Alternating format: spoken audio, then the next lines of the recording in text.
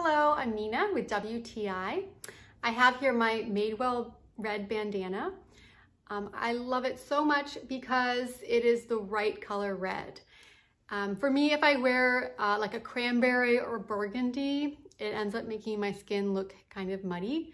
So I go towards oranges, but I don't actually want it to be orange. I want it to be that orangey red, that vintage red. So here it is that nice vintage red, and then this is not white. If it was white, it would really stand out. It's like a neutral flesh tone pink between the red. So it ends up being a bright red, but still blends in with your skin tone. So I always roll mine. I do like a bandana around the neck sometimes, and then mostly, more than anything else, I'm a big user of the bandana in the hair.